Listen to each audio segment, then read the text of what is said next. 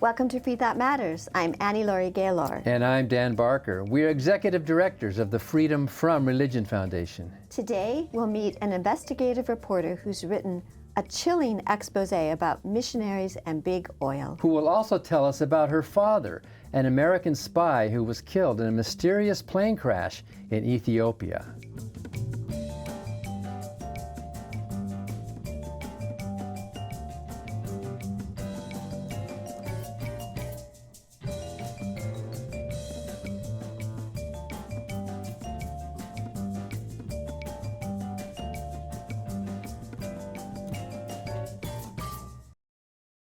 The Freedom from Religion Foundation, which produces Freethought Matters, is the nation's largest association of free thinkers. That's atheists, agnostics, and other non-believers. We invite you to join us in our vital work to keep our secular government free from religious influence. Become a member at ffrf.org or ask for a complimentary copy of our newspaper, Freethought Today. Freedom depends on freethinkers. Watch prior episodes of Freethought Matters on FFRF's YouTube channel.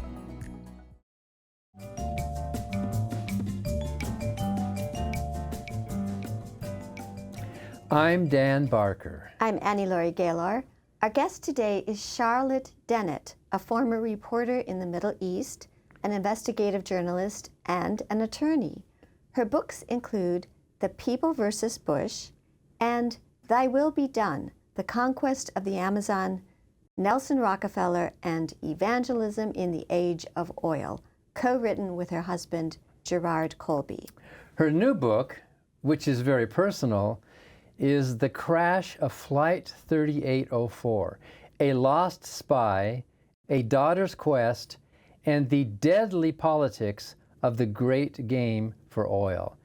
It has a foreword by her brother, the philosopher Daniel C. Dennett III, who's been on this show, Freethought Matters, before.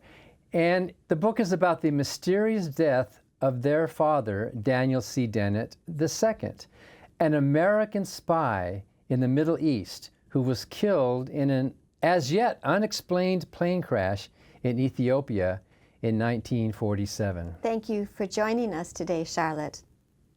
Oh, it's a pleasure to be with you. So I loved your book, and I also loved the foreword that your brother Dan wrote about the book. And Dan Dennett, as most viewers of this show will know, is one of the four horsemen of atheism. What are your views on religion? Do you agree with your brother? Well, here's the funny thing. In our family, my sister is a devout Congregationalist and minister. She became a minister later in her years. Dan is the atheist, and I kind of think of myself as the in-between person. I'm definitely agnostic. I'm not sure I'm pulled all the way the way Dan would like me to be a complete atheist. I don't believe in organized religion. I don't pray to God, but I have enough odd things, unexplained things that have happened to me that makes me think like the great force is with us. I don't know. It's just hard to explain. Well, you are a journalist, and is it true that you were shot at in Beirut? Yeah, I was. That was at the outset of the civil war in Lebanon. I was just heading out towards the airport to visit a friend, and suddenly I saw these tanks barreling down, and the artillery gun moving back and forth. And I was in a service, that's a shared cab. We all jumped out. I ran for cover in a school and ended up being on my belly for most of the time. And when I got out, somebody helped me out, and he said, just run across the street and then you'll be safe. And he got my hand and he raced across the street, and that's when I was shot at. Wow. Well, they Obviously I made it. Yeah. Wow. So what a story. So you paid your dues as a journalist. Oh, yeah. So, and were you born in Beirut? Is that right? Yes, I was born in Beirut in 1947. Because your dad was a professor at, was it the American University in Beirut? No, that was in the 30s when he taught there. In the 40s, he was working for the OSS, the wartime spy agency, and his cover was cultural attaché for the State Department. And then that morphed into the Central Intelligence Group, immediate precursor to the CIA. So we want to talk about that in the second half of the show, about what happened to your father and about your amazing book, The Crash of Flight 3804. But first, let's talk about your earlier book. It's called Thy Will Be Done, and that book is an expose of the intersection of religion and the big business of oil. And you and your husband write that missionaries are being used by the government and by big business to pacify the natives. Can you talk to us about that connection between oil business and missionaries? Yes, we started out, frankly, investigating investigating the genocide of indigenous people in the 60s and 70s in the Amazon, and some 150,000 people had died. This is not well known, but we found out about it. And we wanted to know why the missionaries that were working with these tribes seemed to be turning a blind eye. They weren't helping the very wards that were being affected. So, a long story short, we followed the money. We spent 6 months down in the Amazon, and what we found out is that, yes, evangelical missionaries were used to pacify the Indians in a very sophisticated way. And I say pacified so that they would accept large corporations, ranchers, loggers, and oil business moving in on their lands. You know, in the American West, the Indians shot back with bows and arrows. Well, they were doing this in the Amazon too. So the question was how to, quote, pacify them. And this particular organization, the Wycliffe Bible Translators, goes by the name the Summer Institute of Linguistics in Latin America and abroad. It has that secular title to it. It made them more acceptable in Catholic Latin America. And the governments, the leaders of the governments, needed somebody out there in the hinterlands to protect the oil crews and the ranchers and so on. So they accepted having these evangelical missionaries come into the land as linguists who promised to teach the indigenous tribes to read and write in their own language, which sounds good. And then, knowing their own language, they would then learn Spanish or Portuguese, which would better integrate them into the society. The point was the translations were through the Bible, the New Testament of the Bible. So the Summer Institute of Linguistics has been used not only in Latin America, throughout the world now. You'll find them in many third world countries. A lot of them are in Africa. And if you look for them, you'll often find that there are oil or mineral interests connected. Wow.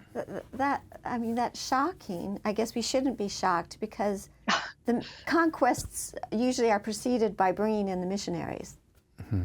Wow. Yeah, no, well, that's one of the ways. In fact, if the missionaries don't work, then the powers that be work on more lethal methods. They can bring in the military. They can drop blankets laced with smallpox or arsenic candy along riverbeds, and that's exactly what happened in the Amazon, mostly the Brazilian Amazon. Because it's all about the money and the big oil and about the big business. Well, it is, and we warned people. We did this investigation in the 70s, late 70s, and warned people that the evangelical movement was getting very powerful in Latin America and was beginning to become so in the United States. Now look what we've got. A vice president who is an evangelical, and many other powerful evangelicals. They form the base of the whole Trump organization. Yeah, you're talking about Pence there. Yeah. Yeah. Oh, I mean the former vice president. Yeah, exactly. Former vice president. Sorry about that. So, in just briefly, could we segue to Afghanistan? Because I know that you quote Ellie Schmiel in your book. You know her, and she said it's all about oil and fundamentalism there. Are we sacrificing women for oil? Yes. And what so often happens is the oil connection is not mentioned. It's censored out. And so that's why people are so astonished when they hear about it. Yes, Ellie tipped me off that it was about oil and fundamentalism when I was at a conference. But at any rate, I then investigated, and it turns out that there was an American oil company called Unocal. It's since been bought up by Chevron. It was very interested in exploiting the oil of the Caspian Sea, and which was considered by the 1990s as the great new place to look for oil. But it's landlocked, and so they were searching for a way to get the oil out and figured on a pipeline that would carry the oil and gas through Turkmenistan, through Afghanistan, Pakistan, and India. The name of it is TAPI, T-A-P-I. And the whole idea was, get this, to use the Taliban to protect the pipeline route, because Afghanistan has many warring warlords, and the Taliban were perceived to be the most efficient. And although they were actually concocted by the Pakistanis, I might add. But at any rate, everything was hunky-dory. The Taliban went down to Texas and met with the oil men. And then shortly before 9/11, there was a falling out over some of the deals. They were to get major royalties from the pipeline. There was a falling out. And then what happened after 9/11 is that the U.S. Demanded that the Taliban turn over Osama bin Laden. And they responded, no, we will not unless you give us proof that he was behind 9/11. The proof was not offered. And the next thing you know, total breakdown in relations. The U.S. invades. Mm-hmm. But I have a map in my book that shows that the major U.S. military bases were in fact situated along the route of the proposed pipeline. And that pipeline has not been built yet, but they're still talking about it. Wow. So talking about breakdown, we have to take a break right now. And this actually ties into your next book, The Crash of Flight 3804, which we'll talk about after the break, which has to do with your dad being killed in a mysterious plane crash investigating the pipelines in that part of the world. We're talking with Charlotte Dennett about her new book, The Crash of Flight 3804. We'll be right back after this.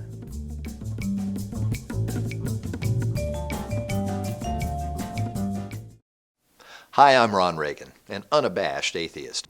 When I first recorded that commercial back in 2014, being openly atheist in America was still fairly uncommon. Today, the fastest growing religious group in the country is the non-religious, especially among the young. That progress is heartening, but the religious pushback is fierce and the forces of Christian nationalism are well organized. Our progress won't continue unless we work together so that reason and our secular constitution will prevail. That's why I'm asking you to join the Freedom from Religion Foundation, the nation's largest and most effective association of atheists and agnostics working to keep state and church separate, just like our founders intended. Please join the Freedom from Religion Foundation today. Ron Reagan, lifelong atheist, not afraid of burning in hell. My name's Jarvis, and I'm an out-of-the-closet atheist. There are many reasons why I'm an atheist, but I'll start with the crudest explanation. I'm sure many of you have seen Clash of the Titans or The Immortals or 300, these blockbuster films about ancient Greek or Roman religion, which we now call mythology. But back then it wasn't mythology. It was very real for them. They genuinely believed that you had to put a coin in a person's mouth before they were buried so that they could pay for the literal ferry to the afterlife. Just as many people today believe that they should eat crackers and wine on a Sunday, or that God wants women to hide their bodies under black burqas. Every religion that has ever existed, and there are many, have all believed that they were right, that their rituals and rules and beliefs were 100% correct, and they all thought they nailed it. But where are they today? If they're not completely forgotten, they're on the silver screen, amusing us with their sword fights, animal sacrifices, and oracles. The religions of today are the entertainment of tomorrow. Everyone, I hope, is an atheist about Zeus and Apollo, Juno and Poseidon. I just added Jesus and Muhammad to that list. I believe in an America where the separation of church and state is absolute, where no religious body seeks to impose its will, directly or indirectly, upon the general populace. Let's restore respect for America's secular roots. Help the Freedom from Religion Foundation defend the wall of separation between state and church. Join us at ffrf.org. Freedom depends on freethinkers.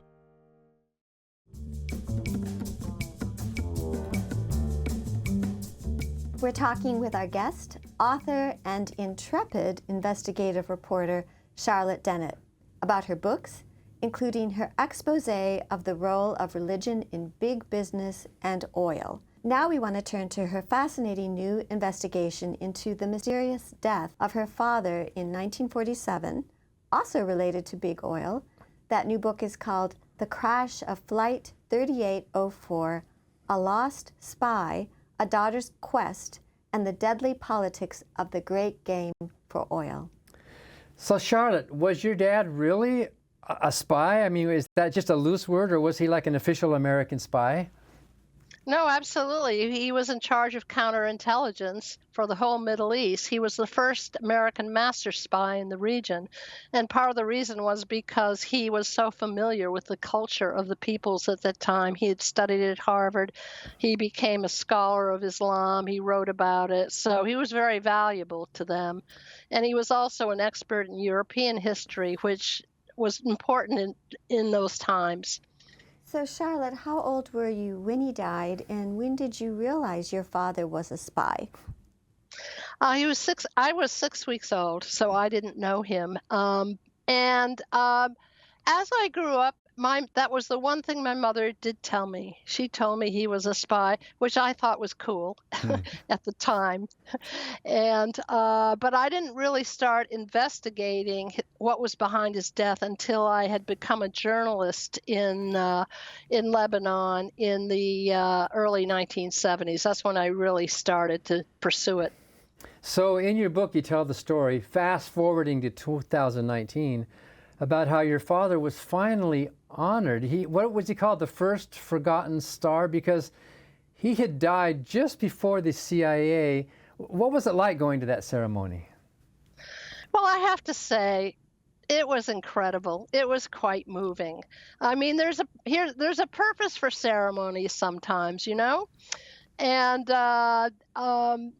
I got called up the month earlier and by a CIA guy. I couldn't believe it. He called me on the phone and he said, yeah, we're having our annual wall ceremony. The whole idea is that the fallen CIA agents, they don't normally get recognized, but they do in a private ceremony. And the memorial wall is right there in the opening of the CIA. And you can see the stars, but there are no names. And then when someone dies, they're honored and their names are put in a book, the Book of Honor. So at this ceremony, they honored him as the first fallen star because he died right before the CIA was created, but they figured that he was trained to do similar things and was really part of the agency. So we got invited. The whole family went down. And do you think that your investigations had a role in that? And why was he in the Middle East, and why was he traveling to Ethiopia, and why do you suspect sabotage? Wow, that's a lot of questions. What was the first question again? What do you think your role investigating this kind of helped get him his star? I'm pretty sure they knew because, well, first of all, I sued the CIA under Freedom of Information. I wanted documents. And that was, a couple of decades ago. So they knew very well. I told them I was writing a book.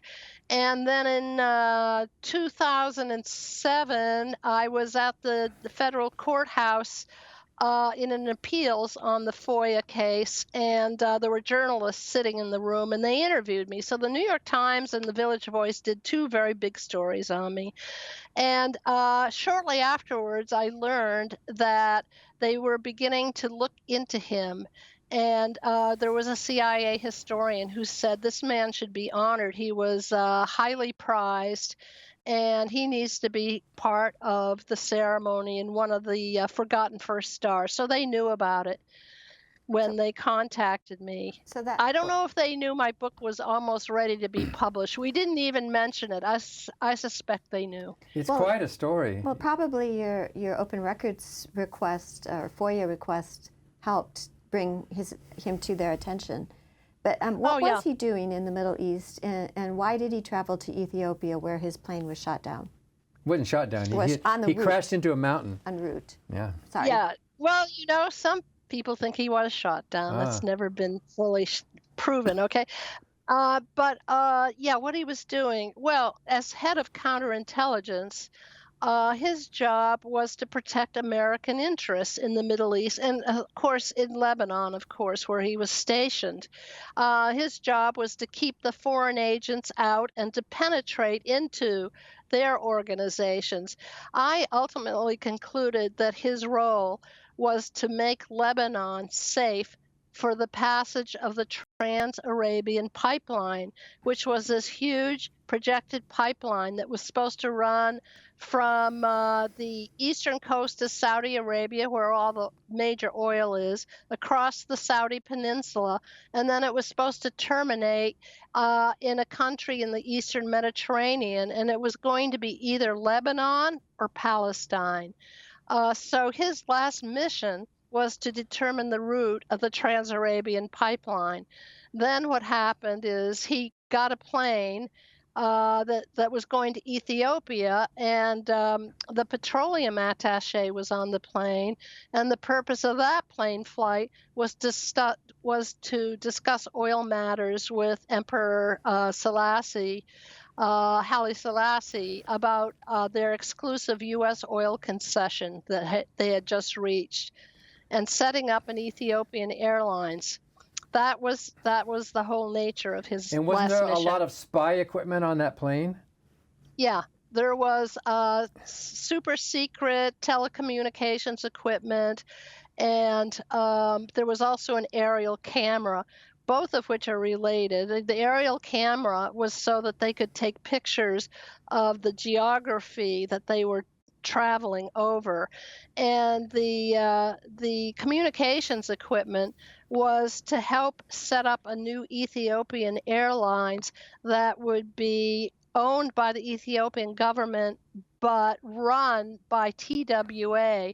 And the whole point they were doing this is because the British vehemently objected.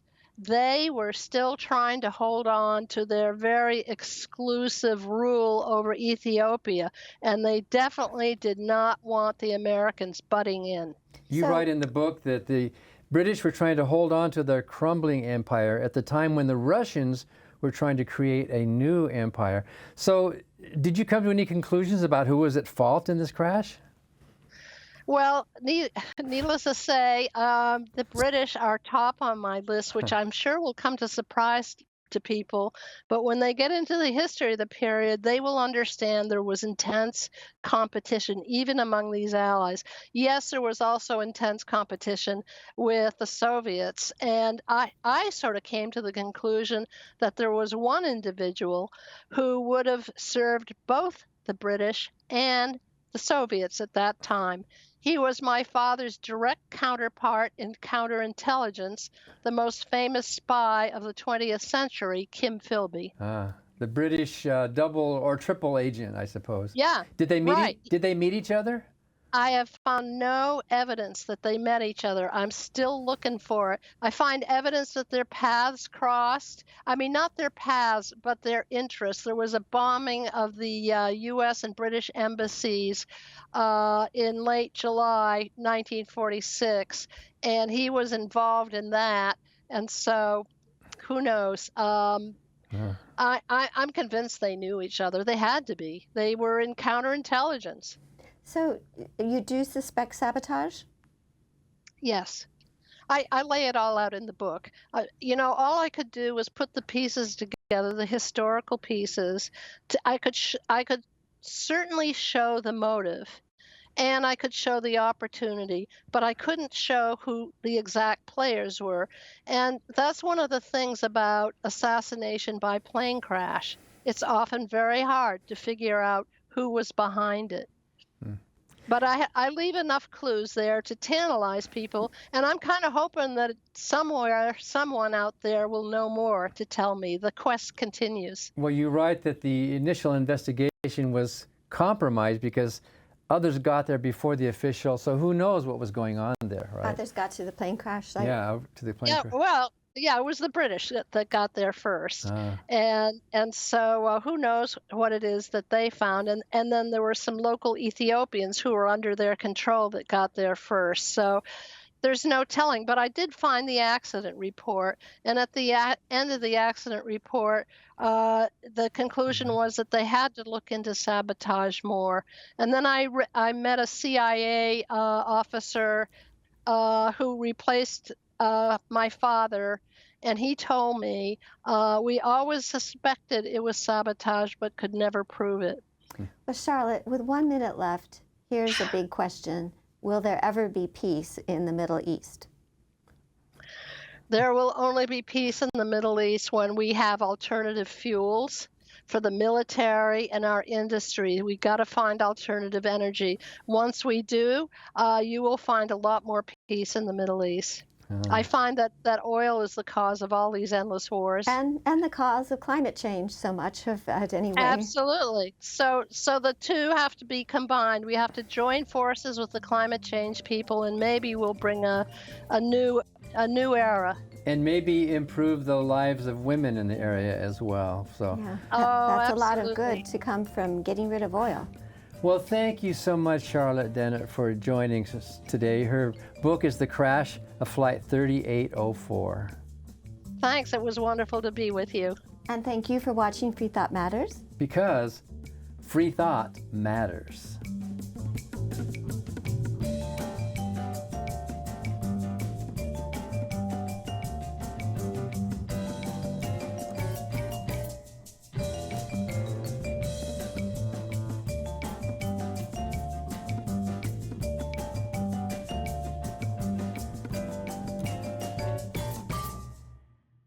Hi, I'm Steve Pinker. In my book, Enlightenment Now, I show that the world has become a better place as reason has been overcoming superstition and tribalism. But the values of the Enlightenment are under attack. That's why I'm a proud member of the Freedom from Religion Foundation, the nation's largest association of free thinkers working to keep state and church separate. Please join me in supporting the Freedom from Religion Foundation to ensure that our government is driven not by religion, but by reason.